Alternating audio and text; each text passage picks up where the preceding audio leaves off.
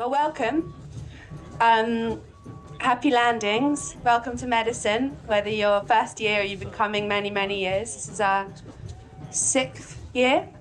Advire Stage, hosting many amazing speakers and visionaries, leaders who are really holding the message of what medicine is in the heart and kind of spreading it out from this hilltop owl site. So such a joy to welcome you all, and especially Darren, who's going to be with us today for the next hour exploring mushrooms for well-being.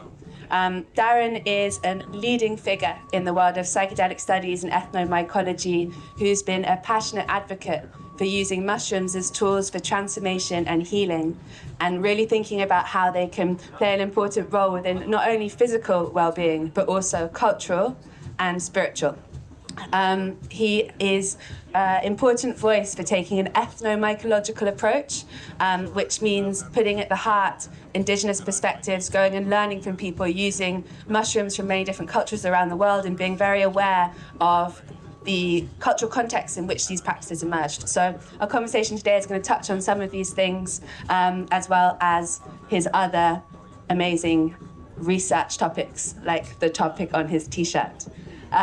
So Darren, just to get us started, you've been such an important voice in this, the world of mushrooms, which is now so common in the mainstream thought. And what got you to the point where you are now? What first enlivened your heart when it came to mushrooms? Well, firstly, before I answer that, I just want to say thank you for the invitation to come to medicine for the 2nd year back to back. Really appreciate yourself, Ruby in particular, because a lot of events happen all around the world and you get invited, but there's some people that make the effort to do the outreach and come and find you where you're at, and you're one of those people, so I appreciate that as well. So I'm happy to be here and share. And how did I first get into mushrooms? In all honesty, it was Teenage Mutant Ninja Turtles. That was my inspiration for mushrooms. I basically used to like it, and I used to get pizzas when I used to sit down and watch it after school, and I'd always want mushrooms on my pizzas. And that was my introduction to really wanting to know more about mushrooms, and why everybody should say you shouldn't put mushrooms and pineapple on pizzas. And I was like, why not? And that was the beginning of me doing a bit of research into finding out that you can put fruit on pizzas, because mushrooms are fruit and pineapple's fruit, but so is tomatoes. And they're on on pizzas. So these are some of the early introductions for me wanting to learn about mushrooms.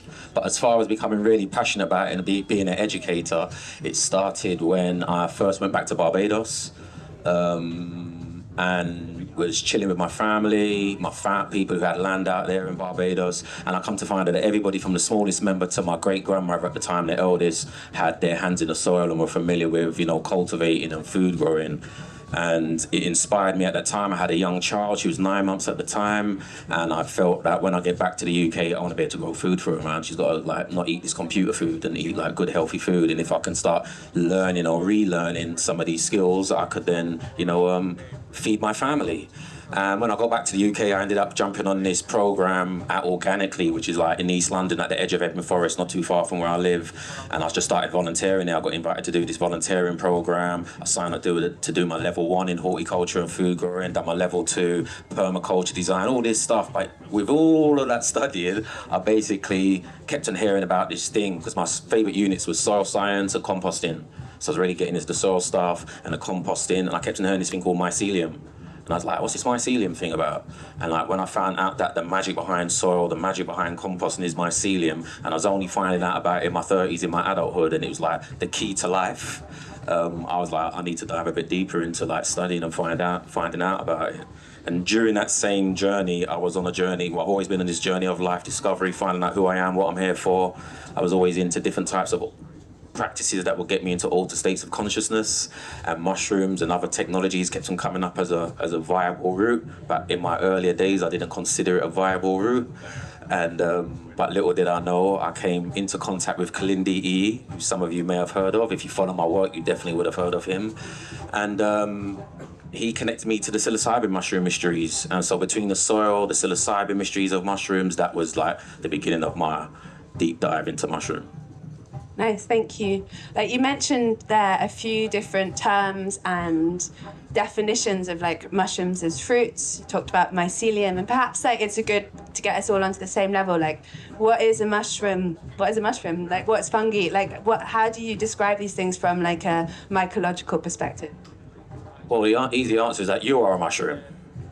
Telling the people you are a mushroom, but because mushrooms are the fruiting body of a fungus, typically produced above ground, on soil, on a food source. Anytime you see mushrooms growing from somewhere, whether it's from soil, from a log, could be growing out of my head, as I say, like they're using it as a food source, it's a habitat. It's medicine festival, you know. I say that they're the party starters, so they take something that has life or coming to the end of its life or death and transform it into new life. That's what they are. They're transformers. You can learn that from a compost heap.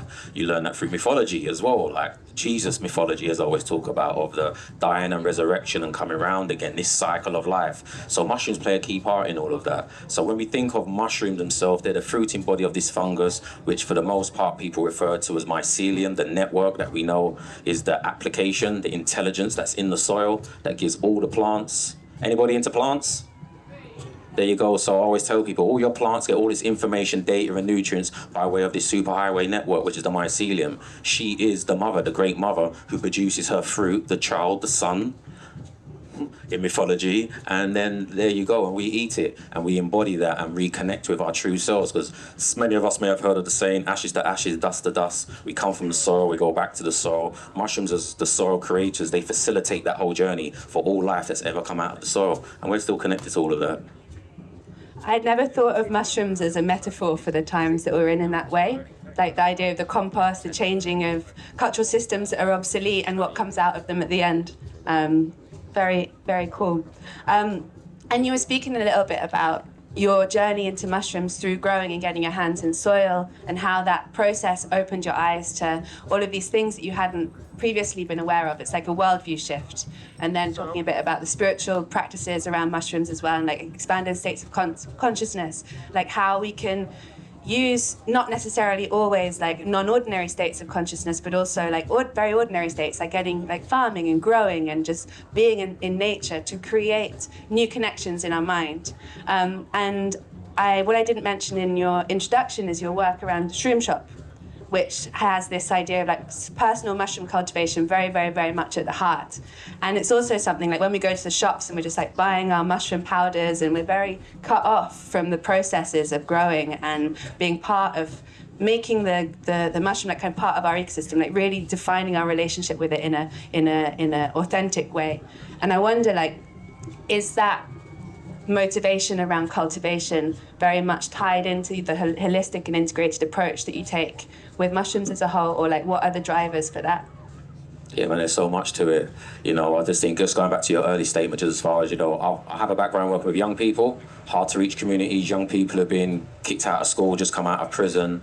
And so before getting them into, not that I would officially have been doing that, you know, into altered states of consciousness by way of, you know, mushrooms or whatever it be, we should just take them out to the forest. You know, taking people that live in the city, concrete jungles, day in, day out, taking them out into nature, into the environment where they're usually got all of these layers, you know, of bravado and, you know, high testosterone to, you know, to just manage and facilitate their day-to-day survival in the concrete jungles of East London. You know, you take them out into Epping Forest, and even just a journey, once you enter and they start seeing like bugs, insects, butterflies, worms, like they just start getting excited, and you start to see those layers removed, and they get back to their true childlike state of innocence and discovery, and you see that their consciousness is altered just by being out in nature. So nature is a provider of all of those technologies regardless. This is why when you hear myself and, you know, our school of thought, you know, just referring to mushrooms as a technology, it's, you know, organic technology, so it can alter your consciousness regardless. Anybody, I guess I'm at Medicine Festival, so people know walking on the floor, you know, barefoot, touching the trees, you know, chewing a bit of grass, all these things just connect you back. Some people feel disconnected, but I'm always here to remind my students at least that you are nature. You're not never disconnected from nature. You know, you may feel that way, but that's just based upon the layers, again, that we put upon ourselves. So then as far as when it comes to cultivating, most definitely, I think it's really important to, I think in this day and age, cultivating your own food is a revolutionary act. You know, standing in your square, like I always refer to the food that comes out out of the supermarkets as computer food. It comes out of a printer, a factory. It's not real, it's not natural. Real natural food comes out of the soil, and if you can just broadcast some seeds and food grows, and then you can weave your relationship with it, I think that's a really powerful thing. So to be looking at mushrooms in mushroom shops, that's what I teach people. Anybody cultivated mushrooms before? Yeah. There you go. So people know about grain spawn, like you start off the journey, you're not collecting your grain spawn. And in my workshop, I teach people, the brown rice technique, what's not commonly called broke boy tech.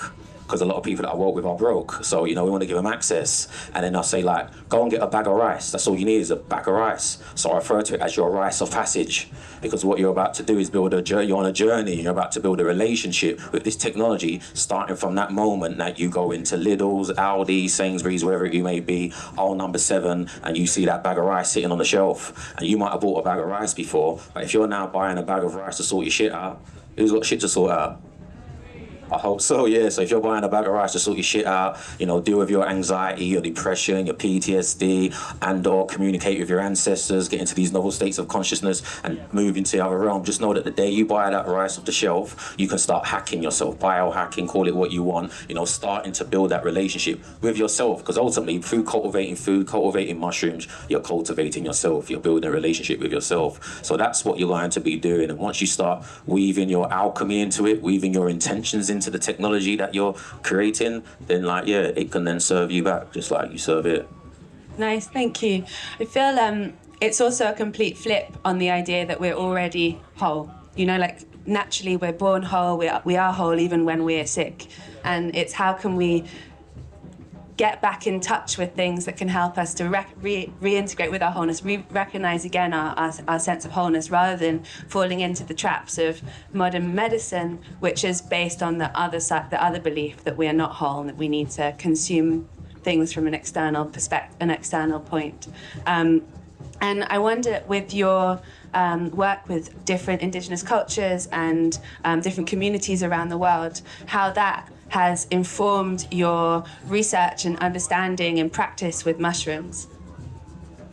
Well, basically I've had an interest in the background and just trying to work out who I am, since as young as I can remember. So being conceived, born and bred in East London, being of Caribbean heritage by way of Africa, not knowing my lineage and where it goes back to, I've been trying to work that shit out. So with that said, that led me into learning about history by way of England, because that's where I was born and that's what I was being taught in school in Europe, and I was asking a lot of questions in school about what's going on, beyond that. And that was my early inspirations in wanting to know who Adam and Eve were. I went to Roman Catholic schools, so they're teaching me about the first people of Adam and Eve. So I'm like, well, I want to find out who they are, where they come from. You're telling me that life starts in Africa and Adam and Eve from Africa, and they're like, all of that, you can't really find that type of stuff out, it's way far back. But little did you know, once I got into a stage where I could start doing my own research, I found Adam and Eve. I wanted to find out who are the first people, where do they come from specifically. And then you find in Africa there's 2 main groups. They're commonly called pygmy people.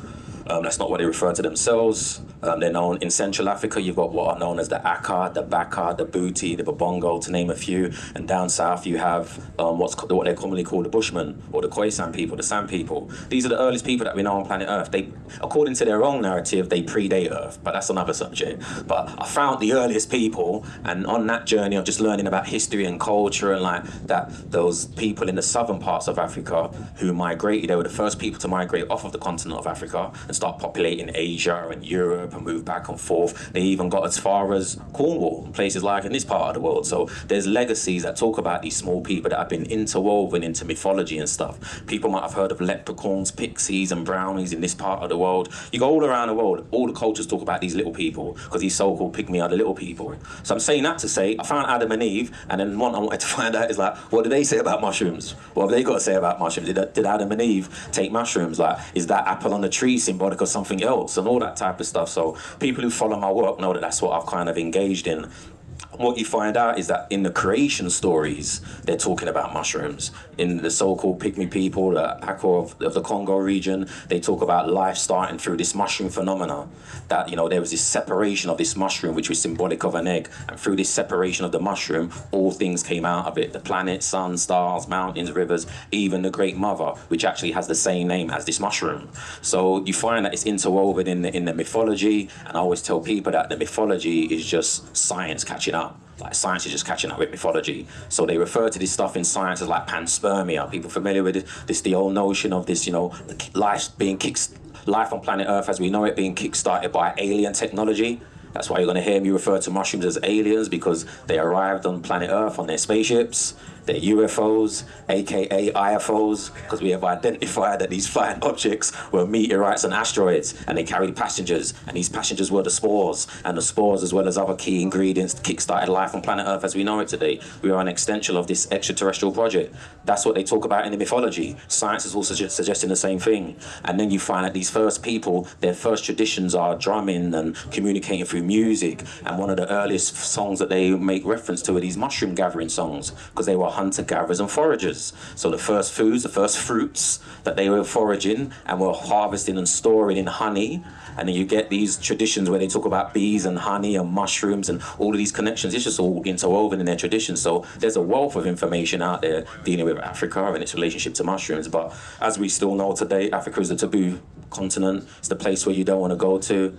There's flies, there's famine, there's voodoo, black magic, so nobody wants to touch Africa. But at the same time, I think it's a cloak of protection, because we know what happens when we find gold or we find sugar or we find diamonds and stuff like that, what happens. So I think we're in a day and age where the lion needs to tell its own story, so we need the people from those places to stand up and share and exchange in fair trade, I think, and we will start learning more of the stories, more of the traditions, what that places has to offer. Alternatively, you can come to some of our talks and workshops. So I'll talk about what's been revealed to me about, the relationship between Africa and how that's migrated all around the world. And as I say to people all the time, there's just like one story. It's just like one story, one narrative. Same shit, different toilet, same movie, different characters, but the principles stay the same all the way through. So yeah, it's really important for people to go back to their roots. If everybody is a descendant of Adam and Eve, if everybody comes from those original people who migrated off of that continent, then you're doing yourself a disservice if you don't know who you are and where you're from. And if you just jumped on the bandwagon, jumped on the trend, jumped on the wave, just know that that's what you've done, but you're not really serving and building a relationship with Source. Thank you. And you've been doing a lot of work in Barbados and are going to start a project in Jamaica, and also within the UK have been working a lot with hard-to-reach communities. And in what way have you seen mushrooms have impact in these places, and how are you working in these places? That's the whole. So it's slightly the other way around. I've been doing a lot of stuff in Jamaica and launching some stuff in Barbados. It's just coming full circle. But like I said, same shit, different toilet, man. I take my toolbox with me wherever I go. I'm not sure how many of you are privy to the fact that in Jamaica there is, some would say, a loophole or the ability for people to grow, cultivate, participate, sell, distribute psilocybin mushrooms. So with that said, what can I say? Americans, Canadians, British and other Europeans are doing what they usually do and just come on, let's just take advantage of this land and see what we can do. And they're bringing the same kind of mentality to that place and space. So I've been invited there a few times just to help bring some balance to the place and space, just as far as, educating people on the ground, what's going on. I don't know if there's people here from, Caribbean heritage, but you would be privy to the fact that in our culture, mushrooms are pretty much a taboo, just as far as a food source. Mushrooms culturally are called Junja umbrella or Duppy umbrella. And for translation, that basically means Duppy, ghost, spirit umbrella. It's where where the leprechauns hang out.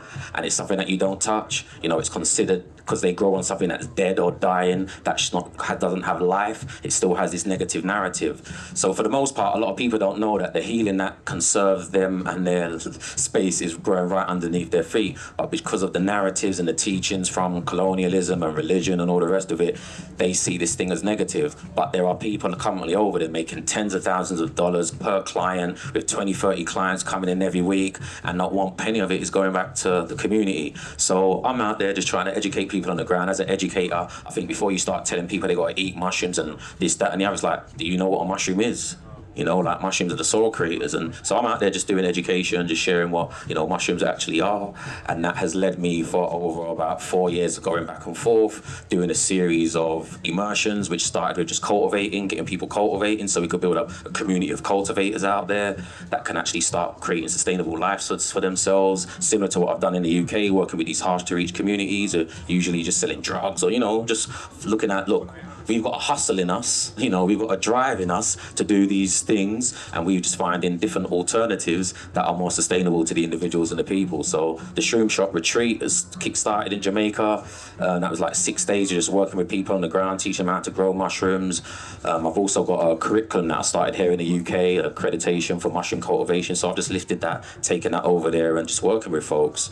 But in the last couple of years, I've been in Jamaica, I've been doing what's known as ancestral alchemy, and that's particularly working with people of African heritage, those of us in the diaspora who are either space holders, psychotherapists, healers, whatever we may be, that want to bring in, incorporate mushrooms into our practice. So I found what I consider the best of the best in the world, in the communities that I've worked with around the world, people from Jamaica, people from America, people from the UK, who hold space in different capacities, and we share and teach and exchange with each other. So, people come and spend 6-7 days with us, and we just share our knowledge and wisdom and just approach it from a bespoke perspective, as far as African people like myself, who was born and bred in the UK, who are trying to find our trail of who we are, have got certain work to do that is unique to us. And that goes for everybody, because everybody is unique and bespoke. And that's the amazing thing about this technology. It weaves and finds out who you are, but then collectively there's a collective consciousness and a cultural consciousness and all these factors. So we can have these conversations in a safe space where it's legal to be done, and people turn up.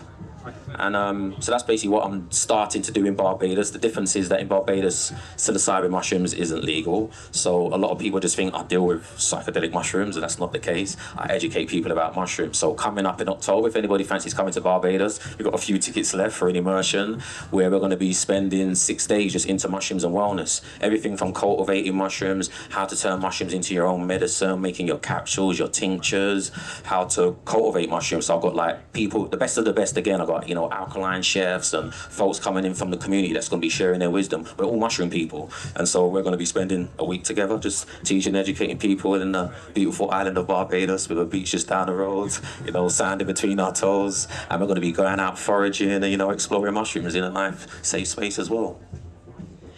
When I hear you talk, I feel like you're taking kind of grassroots approach towards changing narratives around mushrooms and working with communities on the ground and getting back to the roots of like what is mushroom from an ecological, mycological perspective, and like how does that inform our narratives that we and the stories that we create our cultures around. And at the same time, I know that you've obviously been part of the psychedelic movement for many years, and there's been so much research happening around like therapeutic and epigenetic benefits of mushrooms, particularly psilocybin, like in a clinical context. And I wonder if you wanted to reflect a little bit on these two like sides of the coin, and where you see your work bridging or in one end of the spectrum, and like what gives you hope. So I have a saying that I learned from a rapper that I apply all day, every day, and that is getting where you fit in. So when you mention grassroots, I come from a grassroots community. That's what people refer to. I come from the hoods in East London. That's where I was born and bred. So when people say, it's good to see you doing work with these young people or these hard-to-reach communities, I'm like, that's where I'm from. Like, I had no choice but to serve my community. Becoming an elder at that time in my 20s, but seeing the 13, 14-year-olds, what they were getting up to, it's like, you're going to get up to the same shit me and my friends were getting up to that could have led us into the wrong place. So with that said, I'm proud of a lot of my friends who made that transition from just being street hustlers or whatever it may be to setting up, activities in the community. And I say that to say that we've tried many different things over the years. When I first started, we set up a non-profit, entity, and that was geared around football. We were trying to use football because that was like what we was all into. We've used music, we've used creative arts, and a range of different, tools to reach and engage my community. But nothing has got the results like how mushrooms have got, as far as creating a tangible alternative that's transformational. So the work on the ground is always important. I think that's where it starts. I like to think that you should also plug yourself right up top where the powers that be are at, and just pull the chairs from beneath their feet. But with that said, starting from the ground and building those foundations is really important. So with what's currently happening in the current trend, what some people might call the psychedelic renaissance. I think it's important that there's people like myself and others that are just reminding people that there's a source where all of this comes from the ground up. You know, there's people, indigenous cultures that have been dealing with this stuff. They're the gatekeepers of this technology, you know, and we're doing a disservice if we just use it, aka pimp it, for what we think it's useful for in the West. I know that the West is sick. I come from this environment, so I know how ill and sick we are, and that's why we refer to this stuff as medicine. I know it's medicine festival, no disrespect, but mushrooms are not a medicine. These things are not medicine. They can be used as medicines, but that's not the be all and end all. They bring a lot more to the table than that. As I said, mushrooms are soul creators, you know? And if you look at what psilocybin mushrooms do, you know, I was introduced, as I said, by way of Kalindi Ii, and he introduced me to mushrooms as a technology of tools of navigation. We're all familiar with this technology here, and the logo, this is an iPhone at least, or the logo, the forbidden fruit, you know, and a lot of us have eaten the fruit, and then we've eaten this synthetic version. And this synthetic version is just a replication of what we have organically. And when we utilize our technology, whether it's what is the weather saying, how do I get from point A to point B, whether using a weather app or your GPS, just like I had to use my maps to get down here, we have all of that stuff internally. And that technology that the mushrooms offer enable us to utilize that technology. Unfortunately, when we're in these parts of the world, you get sectioned when you start using that type of stuff. When you say you can see stuff and you can hear stuff and I can feel things, I've got a vibe and all of that, people say that's mumbo jumbo and like not to work with that, and you know, they give you medication.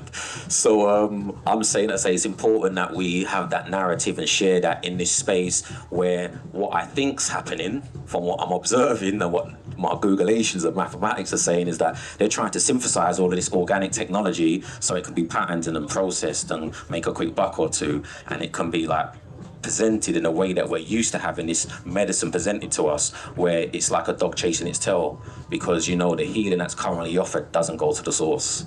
You know, what it does is makes you come back so you can get another set of pills for another 30 days, and then, you know, all these trends that are approaching psychedelics sound similar to that narrative that I'm used to, that I don't really feel has ever worked or served us. So when you get into real healing from what an indigenous perspective, their goal is to go to the source. The doctor, shaman, ganga, call him or her what you want, their job isn't fulfilled until you make the transition and that illness never comes back.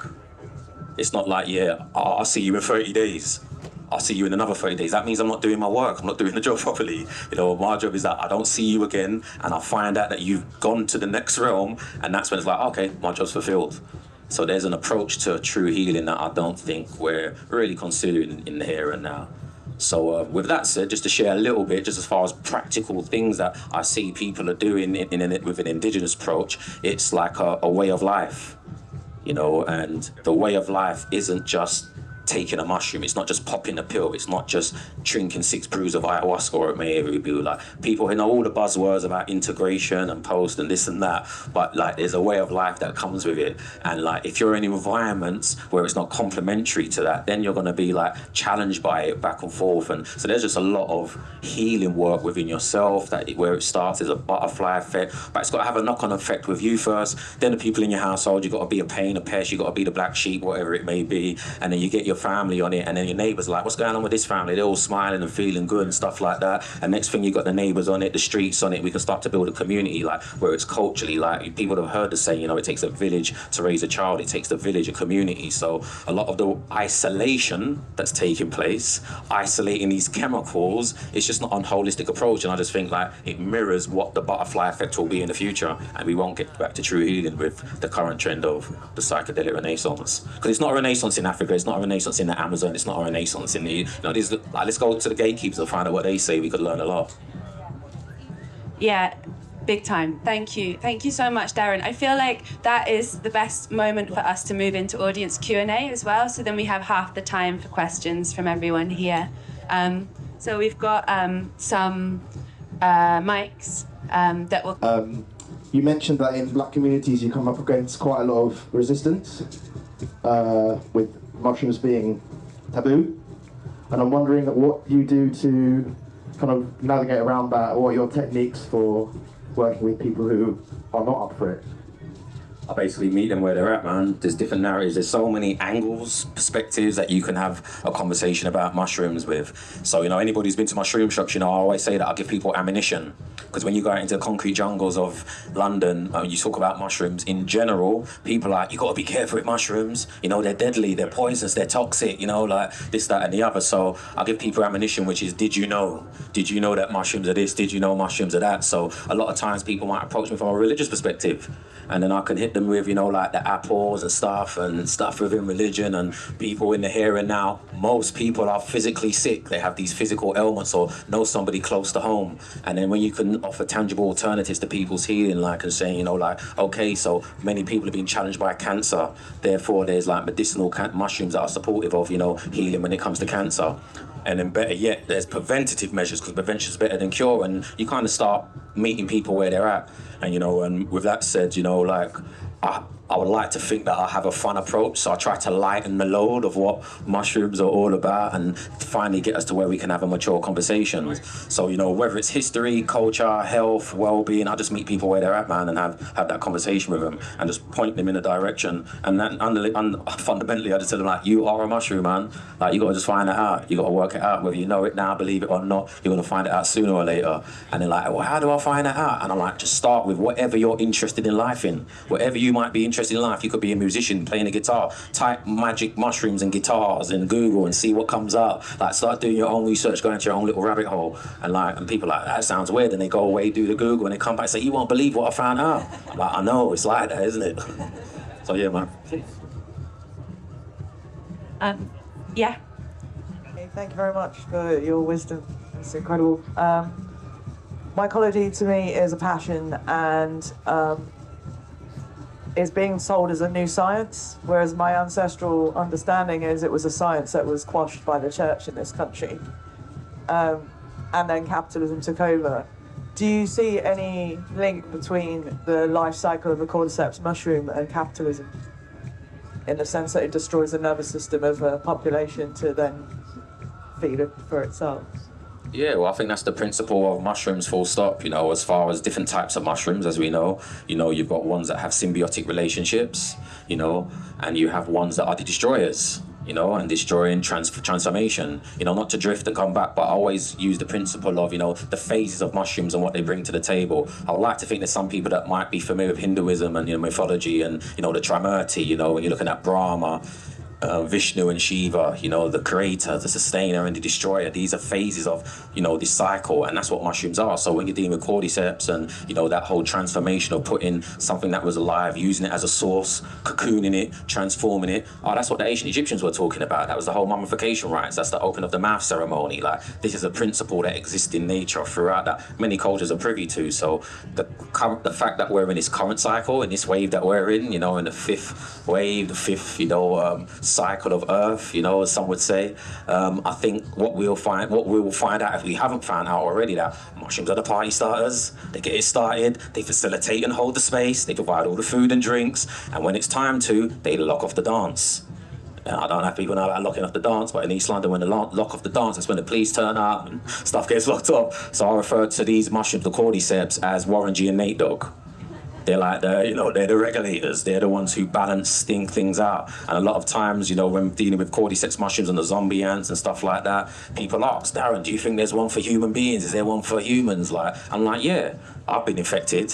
I'm out here doing the mushrooms bidding. I'm out here doing what they tell me to do before the true OG mushroom gods come back and turn us into shit. And with that said, like, I hope that some of us, I can inoculate your minds, colonize you, and just do the mushrooms bidding. Like, that's what mushrooms do. I'm a mushroom, so I'm just living out that archetype inside of me. So yeah, the cordyceps do their thing. Many other parasitic mushrooms, like the honey fungus, another parasitic fungi, does the same thing, you know. And I'm like, yeah, man, just keep doing your thing, guys.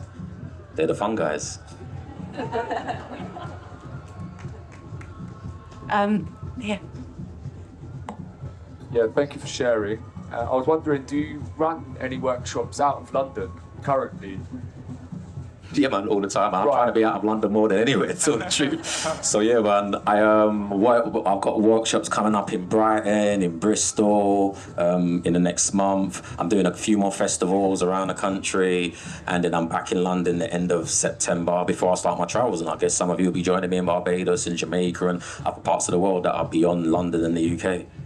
So yeah, man, the best thing to do is follow me on, go to my website, darrenlebaron.com. You can put your email in, get on my mailing list, or go on any of your famous social medias. I don't know, Instagram, Facebook, YouTube, RedTube, whatever tube you're into. Just go in there, put Darren LeBaron, you're gonna find me. Guy with mushrooms going out of my head, and you just keep up to date with all the things that I'm doing, man. Thank you. Nice. Any more questions? Thank you so much. Beautiful talk. And I just want to acknowledge your work with young people, how vital that is.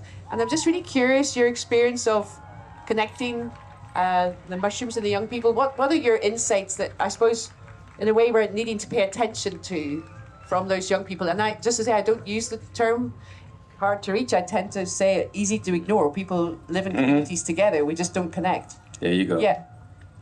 So it's really important to know that children have got inquiring minds and want to learn and stuff like that. So just the fact that they're generally interested in learning about things, and if we all agree how important this medicine and mushrooms and stuff are, why should we have to wait till we're in our 30s, 40s, 50s, having a midlife crisis with our back up against the wall, just learning about this stuff now? And like, oh, I found out that mushrooms can be used to help me with my anxiety and depression. Like, when I know that culturally these are preventative tools. So if you educate children about these things and introduce them to them as early as many other cultures do, grandmothers, mothers, fathers, grandfathers are out foraging with their children, telling them that this is the mushrooms you can eat, this is how you prepare them, this is what you need to do with it. And then you don't have to be telling them, don't touch, and then the child has a phobia, a fear of nature. So it's like really important to just engage them and introduce them to it as early as they can.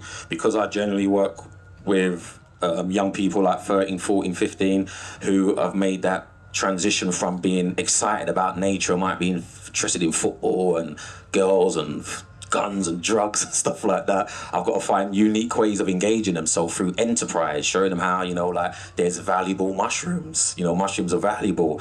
Plants are valuable. And my goal with them, when growing salads and stuff like that, is like, my goal is always trying to get them from selling, keys of weed to keys of salads. It's just transferable skills. Like, you just meet them where they're at, speak their language, and teach them at every moment that you can. And like I did, I always highlight that my children were homeschooled, so they had no choice but to learn about what I was doing. Because it was just the way of life. Like, you're with me, you're around me. Like, I don't hide what you're doing. Just be, if this is what you're doing and what you're into, just like let the children know. And if you're in groups, or organizations, and there's an opportunity for you to like have that conversation with your peers, with your team, your staff, and say like, we should be integrating this into our service. And I say that to say that I always tell people, like, how many of you, let me ask you guys, how many of you bring mushrooms into your meetings? And people looking at me like I'm weird. How many of you bring mushrooms into your meetings? See, and that's why the world's a problem. Like, one person at the back, you know what I'm saying? You should be bringing mushrooms into your meeting every morning. Every morning when you're in the mirror or brushing your teeth, sitting on the toilet, relieving yourself, you should be having that dialogue. And many people who are in powerful positions bring mushrooms into their meeting. Governments are bringing mushrooms into their meeting as advisors. I talk about this all the time as far as, transport systems, ecological systems. People are observing mushrooms and seeing what they do, how they function, how they operate, and applying that into their way of life and becoming more sustainable in their practices and their approach to life. And that makes you as an individual a better individual. So therefore, you need to bring them into the meeting, and you need to invite them into your personal meeting space every day. Then when you're at college, work, school, in your band, whatever it is that you're doing in life, bring them in there. Like, spread the spores, as I say, and that's really important. Each one teach one. Down here. Thank you. That was really amazing to listen to. Just wondered if you've got some thoughts about how using mushrooms maybe on a daily basis or microdosing with them can be supportive for people with ADHD and anxiety. Studies suggest that mushrooms and other technologies can support with ADHD, anxiety, depression, like many other mushrooms do, as well as, reishi mushrooms, and others, they're complementary. And I say that to say that, studies show that you can incorporate them into your day-to-day life and support you with, I would say, balancing out those anxious and depressive energies that you may have. I come from a school of thought, in all honesty, where I was introduced by Kalindi E. Anybody know Kalindi E? He was a high-dose advocate. And the reason why that was, it was about really just getting to the source of why you may have anxiety, depression in the first place, and how those both approaches will be able to kind of support you in doing the healing work. So I'm just saying that to say that, microdosing suggests that it works, and mushrooms have a bespoke approach to doing the work on you, whichever it is that you need doing. So whatever your issues or challenges are, it's like I always say that they're like the USB data key. And you're just plugging it into your system, into your hard drive, and they just know how to navigate and where to go and what to do. And with the right setting, intentions, integration practices and approaches, you can actually do the healing work. And with that said, and that's it's magic, for lack of a better word. And that magic, you become the magi. And like I can see and hear people doing right over there to our right, the key ingredient or the key component pre, during and post for your integration is dancing. That's what the indigenous people say. So that's what I'm saying. It's not a popping pill culture. It's not like, I'm just going to take this microdose and I'm going to sort out my stuff like that. It's a way of life of things that you got to bring into that space and place, into your daily routines, whether it is that you do qigong, yoga, you bring, they're all complementary technologies. And when you bring that in, that should be the holistic approach that you take to sorting out your anxiety, depression, and not just thinking, if I microdose this is what's going to do it. There's other factors that will play a key part in that too.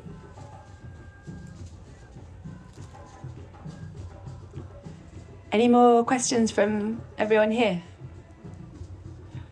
Well, before someone else asks a question, I'd love to follow up from that and ask your opinion on the packaged, supplement stuff that's being marketed basically around mushrooms and supplements. As I said that earlier on, man, getting where you fit in, man. I guess there's some people out here that are used to, comfortable with purchasing things in the way that we purchase in this, in the consumerism culture. When I spent a lot of time in America, in California in particular, and other places, man, I felt like I was in Charlie and the Chocolate Factory, man, when it comes to all of the products and things that are being offered and, presented. And when people ask me, so what do you do? How was you taught? I'm like, Kalindi just taught me this, man. Grow mushrooms, eat mushrooms. It's as simple as that. And anytime I go back to him with any curiosity or query, grow more mushrooms, eat more mushrooms. That's all you've got to do. So for me, that's as simple as it is. And, and that's why I teach people how to grow mushrooms. And people ask me, what do you do? Grow mushrooms, eat mushrooms, man. But if it needs to be capped for you, processed and packaged the way that makes you feel comfortable, like I say, get in where you fit in, man. And I guess there's some people are more hands-on, get their hands in the ground and soil, and they want to cultivate. And there's people that just need Uber Eats to deliver their stuff. And, and that's why we've got that spectrum of ways of engaging people. And I appreciate it all, man. And I just get in where I fit in. And if people want to be on your side of that line, how do you go about growing your own mushrooms? Go to Lidl's, Aldi's, Sainsbury's, wherever it may be. You buy a bag of brown rice and you come home, and everything that you purchase, you're going to start building a relationship with it. From the foil, the aluminium foil that you might have used, the glasses, all these things that you're bringing in to create your alchemy, your concoction, and weave your magic and intentions into it. And all I do is share certain cultivation principles with you that apply to regards to whatever mushrooms you want to grow, whether it's oyster mushrooms, shiitake mushrooms, magic mushrooms. This is how you got to start, man. You got to make your holy grain. I know some of you might have heard of the Holy Grail, but there's the Holy Grain. So I'll teach people about how you buy that bag of rice in your rice of passage, start your Holy Grain journey, and start to build that and weave your magic into it. And you learn that by coming to one of my mushroom shops. It's a secret society. You got to learn all the handshakes and the secret codes and all of that. And the next thing you know, you're cultivating mushrooms. And, in the privacy of your own home, in your kitchen shelf, wherever it may be. My goal is to reach... People say, as they said, these hard to reach, these challenged communities. It's nah, for the most part, we're disenfranchised, we've got lack of resources. So when you first get into mushroom cultivation, you get the bug and you buy the books and the manuals. One, you just don't know what you're reading. It doesn't make sense. You think you need a science lab, you need a big budget, all these things. So my goal has always been everything you need is already in the kitchen. It's in your cupboards already. If it's not in your cupboard, it's in your neighbour's cupboard. You can beg, borrow, steal it, but don't go out and buy it. You don't need to buy it. You can grow mushrooms on shit, grow mushrooms on trash, on rubbish and waste. So basically being aware of that, it like gets your foot in the door, and it's like, oh, so like all of you are sitting on straw bales, like for the most part, like that's our substrate right there. Like doesn't take much, you know, you need a bit of water, a bit of straw, you know, you can actually just get some chopped up mushrooms and start, you know, experimenting and exploring and seeing where you get with it. And as long as you're prepared to have challenges on this journey of life, the same thing happens with mushroom cultivating. So you might end up growing mold for 3 months, and that's what happens. But these are the journeys that you go on, and you come out the other end, and it's very rewarding. And that's the hero or the heroine's journey. What it's all about. It's what the mushroom teaches you through cultivating. So that's what I teach and share with people. Come along. There's a couple going on in Brighton, Bristol, London before I leave the country, and like you can learn about this mumbo jumbo stuff I'm talking about. Thank you. And any more questions from everyone here? Yeah. I always see a mushroom as there's so many. It's a very diverse plant, that it always has its own epigenetics. It has its own what's the word I want? It has its own environment and its own DNA, how it works. And anything that comes into it, it heals and it creates that environment. So just to lighten the load a bit, really. What sort of mushroom would you say you were within this realm? I'm the Darren the mushroom. I'm the new species of mushroom, newly discovered, you know.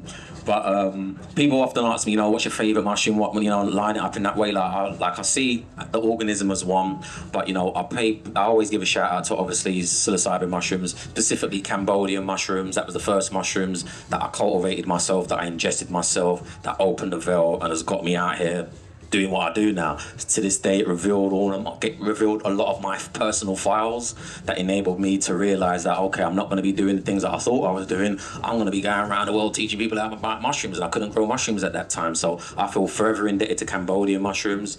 The reason why in Cambodia I chose those at the time was because I wanted to go to Angkor Wat. I'd never been there. I still haven't been there. And I was like, maybe by taking these mushrooms, they're going to take me there. And that was how it all began for me. But then I always give a shout out to oyster mushrooms, because oyster mushrooms have got me into schools and teaching 3, 4, 5, 6, 7, 8-year-olds about mushroom cultivating. That's been the license, so to speak, to get into places and teach people in a safe way.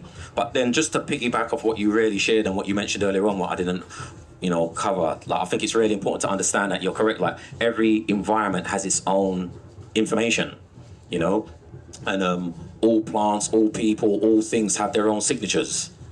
And it's really important not to necessarily think that the grass is greener. So I think I mentioned this last year, at the presentation, where it's like a lot of people, for some reason or another, look at their own garden and look at the next door neighbour's garden. They want to be over there. And there's something going on in your garden that you're not acknowledging. So a lot of people want to spend lots of money and go to places and have these novel states of experiences, spending tens and thousands of dollars or whatever it may be. As I always say, to make it rain on the shaman, make it rain on the shaman. They come back, they buy a feather and a garb, and they're going around saying, oh, yeah, I'm Trippy Ricky from Rotherham, and I can supply you with the ayahuasca and this, that, and the other. And I'm just saying that to say that ayahuasca, as most of us would know, comes from the Amazon region. It's got information and data that's relevant to the people from that region. It's their technology. They are the gatekeepers of that stuff. And if they do choose to do fair trade and exchange, that's really cool. But if we're doing what we're used to doing in the West by just like extracting and pillaging and all the rest of it, just know what you're doing. Just know what you're doing. And I say that to say that everything you need is on your doorstep. Mushrooms are the gift to the planet. There's not a continent that you go on where there's not mushrooms. That's everybody's technology. And the genes and information that's in there is relevant to the people that come from those environments. So it's really important that if you was conceived, born and bred and raised in the UK, that you check out what's going on in the UK. That's like really important. You're doing a disservice to your source, to your motherboard, if you're hopping on planes and trying to be a Peruvian. And I come from East London. I know a Peruvian when I see one, and I know when I don't see one. I know when I see you, it's like, bro, you ain't a Peruvian, bro. You're from North London, Tottenham. Like, I know you, innit? So like, it's cool to respect and appreciate, but it's really important that we're sovereign to who we truly are, and that's then when we can go out and be true ambassadors and diplomats for like our culture and represent. So when it comes back to the challenges with epigenetics within the human body as well, and the current trend of our conversation with mushrooms, the focus seems to be primarily on all the illnesses. And I say that to say many people are probably familiar with, like when that was the trend in the Renaissance, the law of attraction, the secret. And everybody's like, do you know about the secret, the law of attraction? And what you need to do is focus on what you want. You've got to put yourself and be in the place where you want, and then you can manifest what you want. But what I've understand it through a lot of the conversations that I'm having. That's why a lot of people just manifest in illness, because they're just focusing on illness. And when you tap into your genes and genetics, there's a lot more than illness there. There's the healing component, but there's also a superhero inside of you. There's a warrior inside of you, and you can tap into those genes. And being raised by a warrior, Kalindi, he told us not to bypass, because that's what people say, Darren, you're bypassing the stuff. I'm like, no, I'm not bypassing, man. I've just learned how to lighten my load and not carry that baggage around with me, so it holds me back in becoming who I am to become. Because a lot of us think as humans we've already reached the peak of our genes and genetics, but like Kalindi introduced me to the fact that, Darren, we are still becoming. Mushrooms have supported us in becoming the species that we are in the here and now. Some of us might have honed up the Stone Date theory, the Stone Date hypothesis, you know, the role that they played in us becoming. We've been disconnected from that relationship. We've always had this symbiotic relationship with mushrooms, and they're going to support us in becoming more. And as we want to become more, let's just deal with this healing thing, lighten the load. It doesn't leave you, it doesn't go away. You just come better at dealing with it and handling it. And you can tap into the genes, those super powerful genes, the superhero genes, the Black Panther genes, the Wonder Woman genes, you know, whatever you want, the Spider-Man genes. And you can become the hero and go through that underworld to rise, resurrect, be born again and reinvent yourself, whatever it is. But don't be the Peruvian Paul from Peckham. You know what I'm saying? Like, just be who you really are, innit?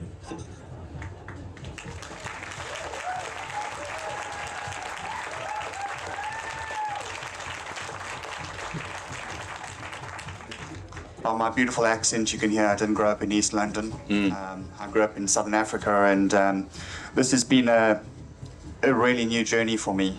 I had a really interesting conversation with someone about Big Pharma going to Africa, speaking to the traditional healers, and trying to synthesize a lot of the compounds. And my question to you is, what is your challenges around Big Pharma trying to hijack the kind of work that you're doing? And how do we make sure that doesn't happen? Well, it's happening. It's going to happen. It's always happened. It's the balance, the nature of how this matrix that we live in exists. There's like a yin and a yang polarity. There's a bit of yin in the yang, a bit of yang in the yin. There's always going to be a big farmer of some sort in some shape, mode or another. My goal is, you know, to get it where I fit in, as I mentioned.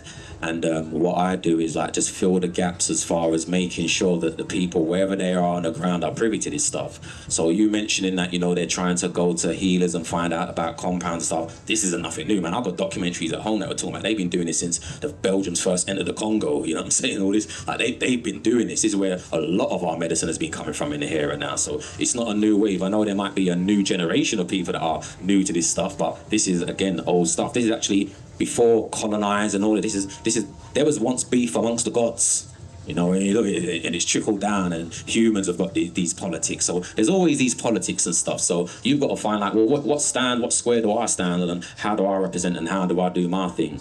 And it's interesting because you mentioned South Africa. I've been having a lot of conversations recently about that, because they've recently discovered 2 new psilocybin species in South Africa. I don't know if people saw some of the research out there, and they found them in a place which is traditionally Zulu land. So the first thing that my spirit says is, well, what do you think the Zulu know about these mushrooms? Of course they do. Do you think the local? Of course they do. The local people know about this stuff. So really, it's really important to respect the fact, if we're in this place and space, I would say that knowing that they're custodians of these technologies, the ones who have the knowledge and information, it's about, if you're in a position to lift them up.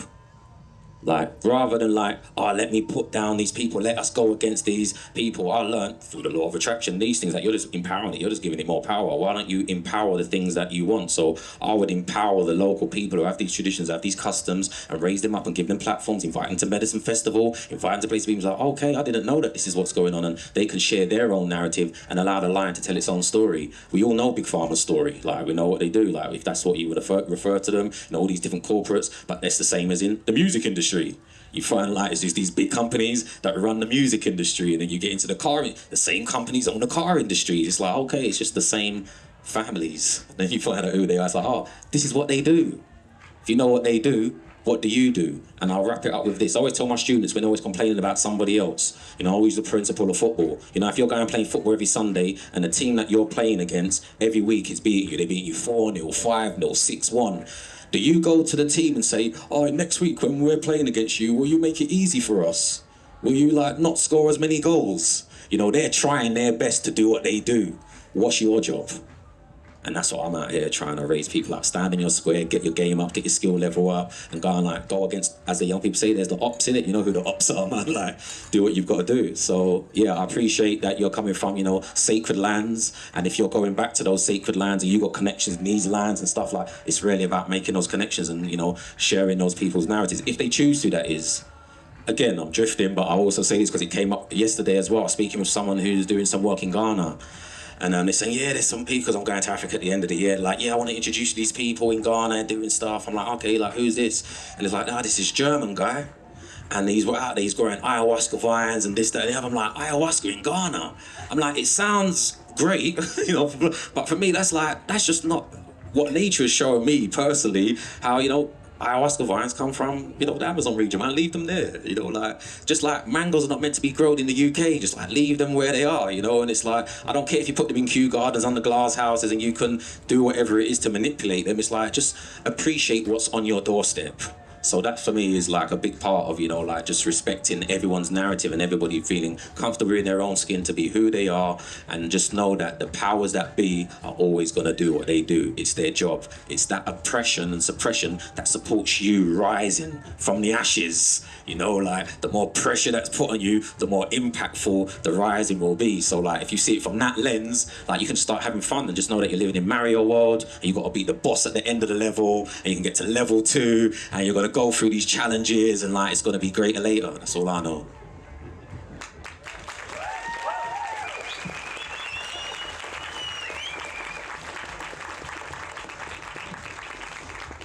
Thank you, Darren. I think we're going to have to wrap now, but Darren's here. Freestyle rap, yeah? Darren's here, and can ask him a question. Find him later.